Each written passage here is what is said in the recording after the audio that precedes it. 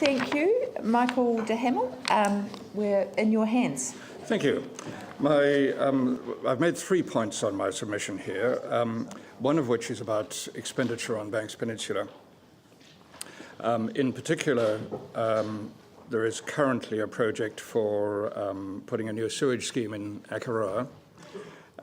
There are plans in the pipeline for a new, pipeline the right word, new sewage disposal system for Lyttelton Harbour, running it through to Christchurch. And there have been recently work on Wainui and Charteris Bay schemes. These are costing huge amounts of money. And when one comes down to it, we're never actually formally consulted on the peninsula or approved on the peninsula, except that they were put into the budgets and so on as part of the agreement for the merger of Banks Peninsula with Christchurch City Council. They went in Bob Parker's plan as projects that we will do, and projects as to why Banks Peninsula is running out of money because it can't afford them. And Christchurch City at the time said, we will pay for these. That was quite a few years ago now. But in the case of the Akaroa sewage treatment system, for example, as far as I know, it's never been through the local community board. It was just rubber stamped as part of the amalgamation agreement, which the people of Akaroa, in fact, voted against. It's not too late to tell the good people of Banks Peninsula, look, we've had an earthquake. We're going to defer these projects by 5 years and reconsider them then. I'm sure that Ngāi Tahu would understand, because the main purpose of the sewer schemes in particular was to reduce the discharge of effluent into the harbours. There are ways of talking to Ngāi Tahu, I think, that would say along the lines of these discharges have taken 50 years to build up to their present level. We will guarantee to reduce them by 2% a year for the next 5 years, and then we'll look at our sewer schemes again properly. Banks Peninsula Council did have plans and projects underway to reduce the volume of effluent going out and to allow alternative treatment systems and things. These all went out the door when Christchurch City came along. My second point is about Christchurch transport generally.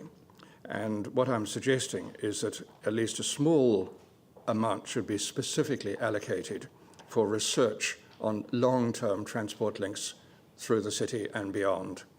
In the next 50 or 100 years, I think it likely, either through floods or earthquakes or fires or anything else, any other events, that areas like Rolleston and Rangiora will become major centres of population in Canterbury. If you look at what's happened in other cities that have had disasters, the outlying towns 20 or 30 kilometres away have become much larger.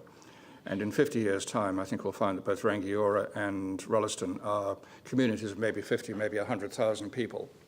And now is the time to put the research into the possible transport links that will service those and allow those people to come into the city when they want to, and for people from the city to go out there when they want to. At the moment, it's probably just a matter of doing a bit of research and making sure that there is communication going on with the railways people and with the people planning the airport and the people planning other things, so that if the airport needs a second terminal, it is in a site that can be serviced by a transport link. It's that sort of deep down planning. It doesn't need to be very much at the moment. It might be only 10 or 20,000 a year, but at least so that there is an initiative positively underway in order to achieve a long-term transport system. My third point is about the Waimakariri River Bridge. In the past, the benefit-cost ratio of putting a cycleway on it was a bit marginal. It was about 2 or 3, I think, dollars return for each dollar spent on it. With the current congestion and the change of traffic patterns in the north of the city, my rough calculations show that if by putting a cycleway on the old Waimak Bridge, you can take 20 cars off the motorway, you'll end up with a benefit-cost ratio that is, I don't know, 8 or 10 or something like that. I think now is the time to do that, and take even 20 cars off the motorway would be a worthwhile project.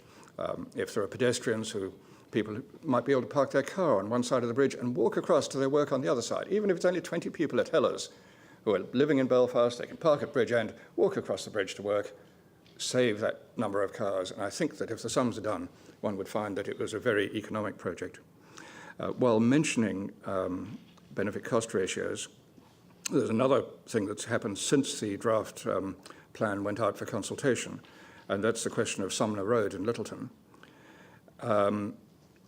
My rough calculations on that show that for every dollar spent on reopening the road, it actually works out that each car, if traffic volumes remain what they were before the earthquakes, it'll be a subsidy of in the order of $200 to $300 per vehicle using that road for the next 50 years. It is an incredibly expensive project.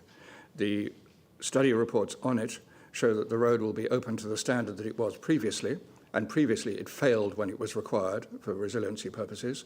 The city is surviving without that extra heavy traffic route, without that extra wide load route. We haven't had projects deferred because you can't get the steel into Christchurch or anything like that. I urge very great caution on spending $50 million there. And if you're not spending $50 million there, you then can build lighter structures through Ferrymead and Sumner in terms of road foundations and everything else, and probably save quite a lot more downstream in terms of traffic routes through the city from that route. Happy to answer any questions. Thank you.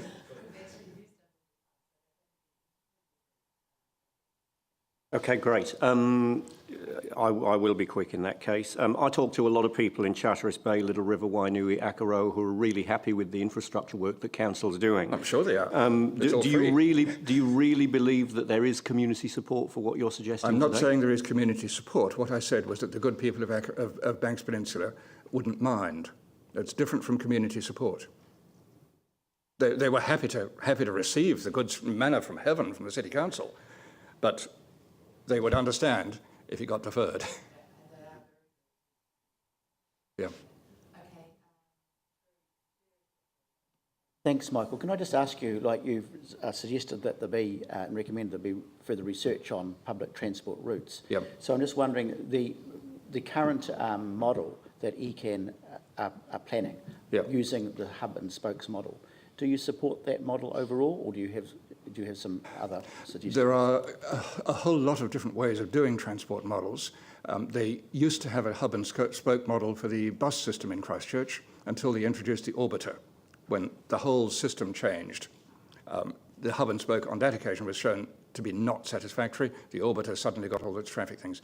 There may be ways that hub and spoke can work. What I'm suggesting at the moment really is that that there be planning and ideas put forward and a continuing research thing to work out what the way of doing it is. My suspicion is it'll be a Y-shaped thing from the central city, with one branch going out through past the university, the airport, and on to Rangiora, and the other branch going from the central city through Hornby, if you like, out to Rolleston. But there would be other links that connect that together. But as the basic spine of the system, a Y-shaped structure. Right. Well, I can be contacted any time. Yes, or elsewhere. Thank you.